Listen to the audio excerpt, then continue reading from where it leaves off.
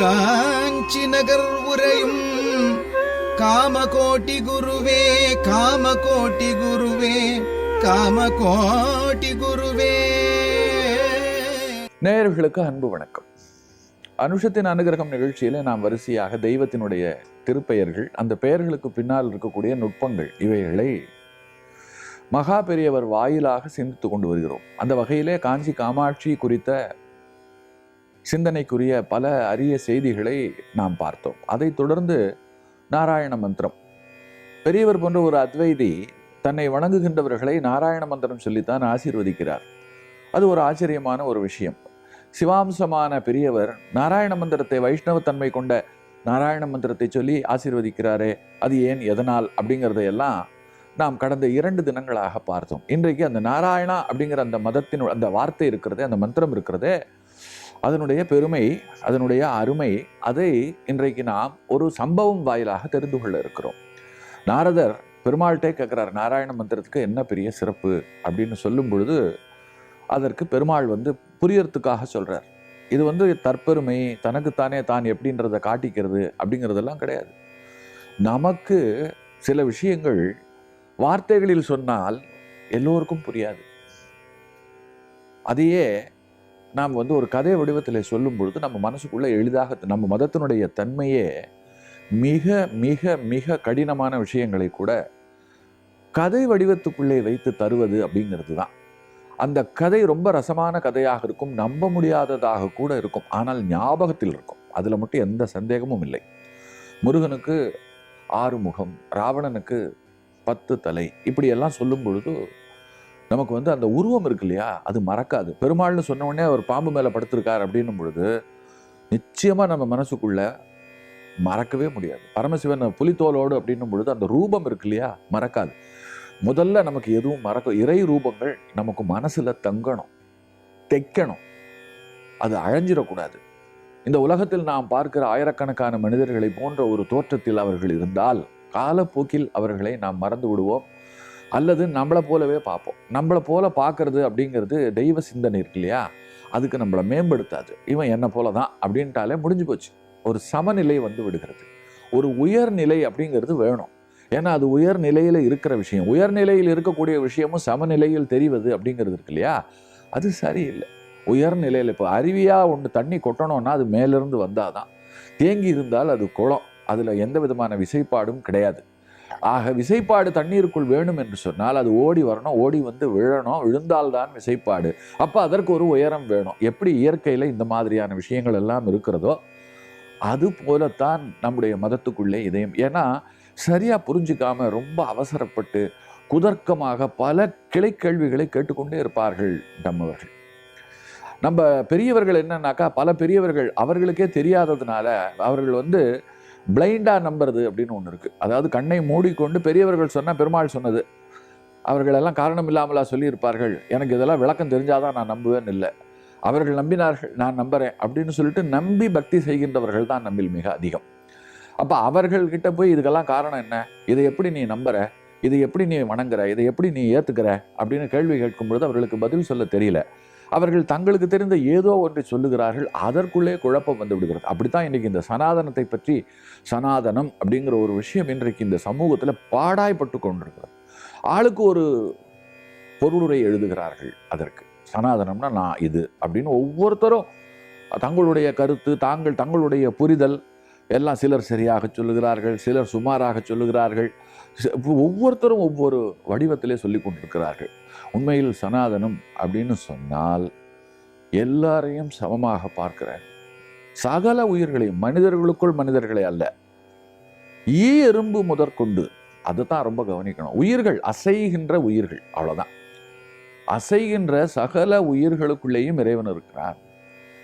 அந்த உயிர்களை தன்னை போல் நினைப்பது, நான் இப்படி எனக்கு என்னெல்லாம் உண்டு, நான் எதையெல்லாம் எதிர்பார்க்கிறேனோ அதையெல்லாம் நான் கொடுக்குறவனா இருக்கணும், அப்படித்தான் இதை வலியுறுத்துவது தான் சனாதனம். இதற்கு எதிராக ஒரு கருத்தை யாராவது எழுதி வைத்திருந்தால் அது சனாதனத்தினுடைய பிழை அல்ல, அதை எழுதி வைத்தவருடைய பிழை, அதை சரியாக சொல்லாதவருடைய பிழை. ஏன்னா இப்போ எனக்கும் வந்து வேறுபாடு உள்ள ஒரு விஷயம் இருக்குது, ஒன்று பெருசு ஒன்று சிறுசுன்னு ஒரு ஆன்மீகம் சொல்லுகிறது என்று சொன்னால் எனக்கு அந்த ஆன்மீகம் வேண்டான்னு நான் சொல்லிட்டு போயிடுவேன். ஆனால் ஹிந்து மதத்தில் எங்கேயும் அப்படி சொல்லலை, நான் அதை அப்படி புரிந்து கொள்ளலை. எனக்கு வந்து கிடைச்ச குருவான பெரியவர் இருக்காரே, அவர் வந்து அவ்வளவு நுட்பமாக எல்லாவற்றையும் விளக்குகிறார், ஒன்றொன்றையும் நமக்குள்ள வந்து ரொம்ப அழகாக விதைக்கிறார். என்னாலேயும் அதையெல்லாம் புரிந்து கொள்ள முடிகிறது.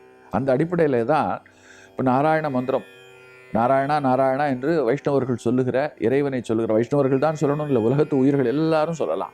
இறை நாமம் எல்லோருக்கும் பொதுவானது. அது வந்து இன்னாருக்கு தான் அப்படிங்கிறது கிடையாது. அந்த பேருக்கு என்ன அப்படி ஒரு சிறப்பு அப்படிங்கிறத கதை வடிவத்தில் ஏன் சொன்னார்கள் அப்படிங்கிறதுக்கு தான் நான் இவ்வளோ பெரிய விளக்கத்தை கொடுத்தேன். இப்போ அந்த கதைக்குள்ளே நான் போகிறேன். நாரதர் மூலமாக நமக்கு தெரிய வேண்டும் என்பதற்காக சொல்லப்படுகிற கதை. இவர் என்ன சொல்கிறாருனாக்கா, பூலோகத்தில் நைமிசாரண்யத்தில் ஒரு புழு, அந்த புழுவிடம் போய் அதனுடைய காதிலே நாராயணா என்கின்ற மந்திரத்தை நீ உபதேசம் செய் அப்படின்னு சொல்றார். பூலோகத்தில் நைமிசாரண்யம் அப்படிங்கிற இடத்துல பெருமாள் சொன்ன இடத்துல இருக்கக்கூடிய அந்த புழு கிட்ட போறார். அந்த புழு நெளிந்தபடி இருக்கிறது. அந்த புழுவை அப்படி கையில் எடுத்து வைத்து கொண்டு, அதுக்கு காது இருக்கா, மூக்கு இருக்கா, வாய் இருக்கா அப்படிங்கிற அந்த ஆராய்ச்சி எல்லாம் செய்யாமல் பெருமாள் சொல்லியிருக்கார் அப்படின்ற காரணத்தினால அதை அப்படி கையில வைத்து கொண்டு நாராயணா நாராயணா நாராயணா அப்படின்னு சொன்னார். சொன்ன மாத்திரத்தில் நெளிந்து கொண்டிருந்த அந்த புழு இருக்கிறதே, அது இறந்து போய்விட்டது.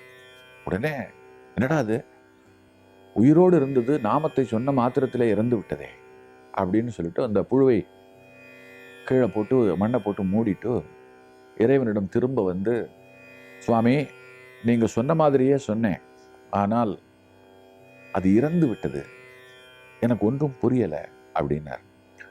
இப்போ பெருமாள் என்ன சொன்னார்னா, அதே நைமிசாரண்யத்தில் ஒரு கோசாலையில் ஒரு பசுவும் கன்றும் இருக்கிறது. நீ அந்த கன்று இருக்கிறது அதனுடைய காதிலே போய் நாராயணா நாராயணா என்று சொல் அப்படின்றார்.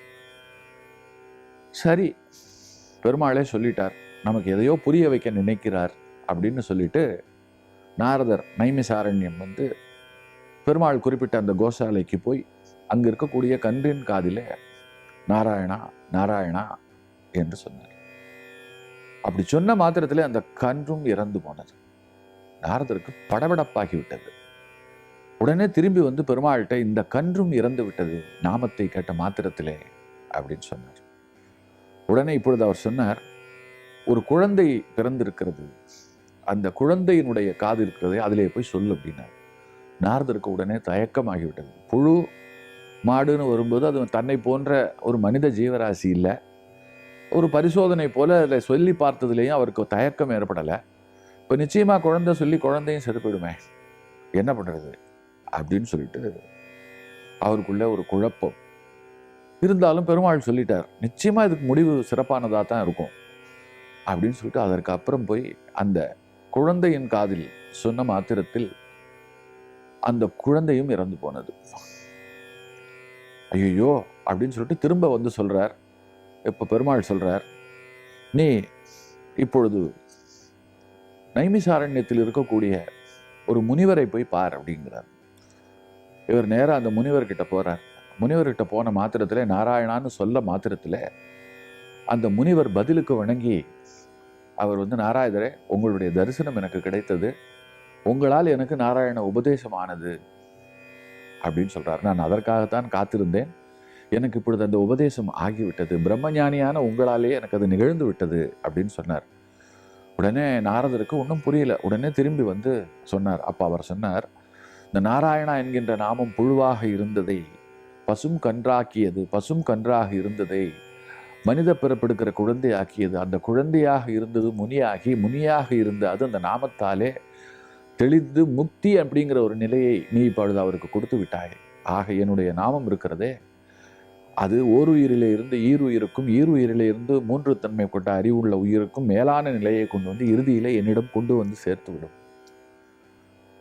அந்த நாமம், அந்த சக்தி, அந்த ஒலி அம்சம் இருக்கிறதே, அதை ஒலி ஒளி இரண்டும் மனசுக்குள்ளே இறைவனை தியானித்து அந்த நாமத்தை சொல்லும் பொழுது ரெண்டும் சேர்ந்து செய்யும் பொழுது உயிர் உருகும், ஆன்மா வெளிச்சம் கொள்ளும், அறிவில் தெளிவு உண்டாகும், பிறப்பின் காரணம் தெரிய வரும். அந்த நாமத்திற்கு அப்படி ஒரு சக்தி மற்ற எந்த உயிரினத்திற்கும் இல்லாத ஒன்று மனிதனுக்கு மட்டும்தான். பேசுகின்ற ஆற்றல், ஒலியை தொடர்ச்சியாக ஒரு பொருளோடு வெளிப்படுத்துகிற ஒரு ஆற்றல் மனிதனுக்குத்தான். யானை பிளிரும், சிங்கம் கர்ஜிக்கும், மற்றவைகள் கத்தும், அவைகளுக்கு ஒரு பொருள் இல்லை. வலியில் நாம் முணங்குவதை போன்றதுதான் அது. ஆனால் மொழி என்பது மனிதனுக்கு மட்டும்தான். அவனுக்கு அதற்காகத்தான் 6வதாகிய அறிவு கொடுக்கப்பட்டது. அது 7ஆகிய சப்தத்தை எட்டியது. எட்டுவது 8ஆகிய எண்ணெய்.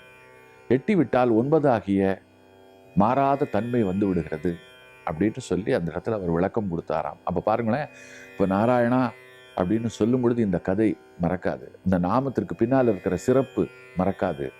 இதை தொட்டு பலவிதமான சிந்தனைகள் நமக்குள்ளே உருவாகிறது அல்லவா? தொடர்ந்து சிந்தி.